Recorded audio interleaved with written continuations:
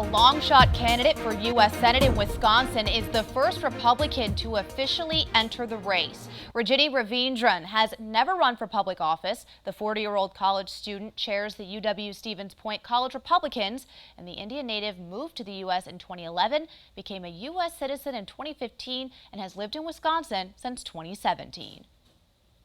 A Republican has just launched a bid to challenge U.S. Senator Tammy Baldwin in 2024. Joining me now is that GOP candidate, Rejani Raveendran. Good morning and thanks for being here. Thank you for having me. So you have never run for public office before. No. What led you to decide to run? Actually, this spring I took a trip to Washington, D.C. and it was an educational trip. When I was there, I have seen what's going on in Washington, D.C. and I realized we need a political reform. We need new people with new ideas.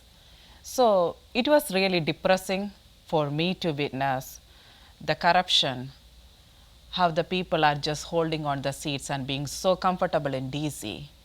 When I came from a state like Wisconsin, being a regular mom, a regular person, and I know the problems of regular people, day-to-day life, how much they are struggling to put food on the plate of their children, with their work situation, with their family situation, whatever it will be. Because I am a regular person, I am a regular mom. In fact, I am a single mom with the 3 children. And when going there, being in DC, it was just like a drastic difference between the life I experienced in Wisconsin and situation in DC. Do you think you've spent enough time in the state to have Wisconsinites' values at heart? Absolutely. The state has given me so much, and it is time for me to give something back to them, back to the state, back to the people, the state which gave me so much. Yes, you are absolutely correct. It's only since 2017 I am in Wisconsin. But I had a really hard life since 2017. As you know, maybe from my campaign launch, my speech, you know that I am a survivor of domestic violence. I'm a survivor, homelessness survivor. So you know that what I've been through. So during that tough time of my life, since 2017 to when I ended up in a family crisis center in 2020 due to a 10-year-old domestic violence marriage. And when I went through the divorce, when I did not have a home, I had to take a shelter with my 3 little children to family crisis center in Stevens Point, getting help from there. Then from there to moving to a public housing for almost 2 years. And living there, raising my children for that 2 years. And then moving to my own home, getting through the help of my friends and my supporters. Yes, duration of my stay in Wisconsin is small, but my experience is a lifetime experience. So in 2018, Senator Tammy Baldwin won re-election by more than 10% over her Republican challenger. She's going to be a tough opponent, but you were quoted this week saying you're not running to win. So what exactly is your goal here?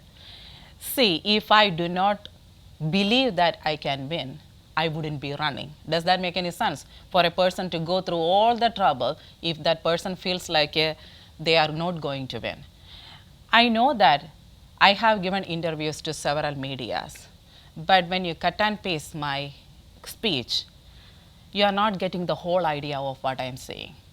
If a person is running to win, they will do any bad job, any backdoor deals, shake the hands with any corrupt people for the funding to win. But I am not running to do that. I am not running to win to doing the bad jobs, shaking my hands with the wrong people. I am running to do the right thing, to stand for the people of Wisconsin to begin with. And what are some of your focuses for the campaign that you want to run on for people in Wisconsin? See, actually, I focus on border security. If I will be elected, I'll be working hard to close and secure our borders and to deal with the illegal immigration, work to protect our children from illicit drugs, from drug cartels, and child pornography and sex trafficking. I'll be working to introduce a bill to protect our Second Amendment. I'll be working to introduce and pass a bill to protect the freedom of speech, which is TikTok ban. I totally oppose the TikTok ban, that is Restrict Act, but I support a data protection bill to protect our data from domestic and foreign adversaries. Also, I am really concerned about what is happening in the schools right now.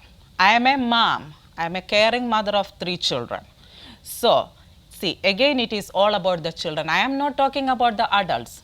Adults has free choice under the constitution. They can choose the life they want. They can live however they want. But I am talking about the innocent children, those who are not ready to think and make decision on their own. And what sort of policies would you want to see put in place for that? I would work and introduce a bill to protect these children from woke agenda. That is what I am going to do. And the woke agenda to you is? You should not be forcing a minor to put them into puberty blockers, into transgender agenda. Give them the time. Let them be 18. Let them make their own decision. Let them have that capacity to make their decisions. Leave the children alone. And I wanted to ask too, do you believe that Joe Biden won the 2020 presidential election? See, that is one of the questions I have been facing from all the medias. I do believe that there is some discrepancies in our voting system. I do not believe it was a fair and clean elections, given the fact that we have overwhelming evidence shown in our medias, brief cases of voting ballots are coming in, and there is issues with the mail-in ballots. People were talking about there was glitch in the voting machine, so they couldn't vote. They have to go from one place to the other place. These are the things. See, the voting irregularity is not a partisan issue. It's a bipartisan issue. Well, multiple investigations and reviews, though, have shown there was no widespread fraud in the election. Half of the country believes that there was issue with the election. Half of the country believes that there was no issue with the election. So, well, half of that is probably due to the misinformation that former President Donald Trump has been spreading. See, people have a mind and a brain. They can think themselves. One person cannot control everyone's brain. At least it is not for me. Someone else is not going to control my thoughts and my brain. It is my own. I choose to do so. So I do not believe President Trump is controlling the whole nation. People are thinking. They are analyzing what they are seeing and what they are hearing and what they are experiencing. And they have all the right to come to their own conclusion.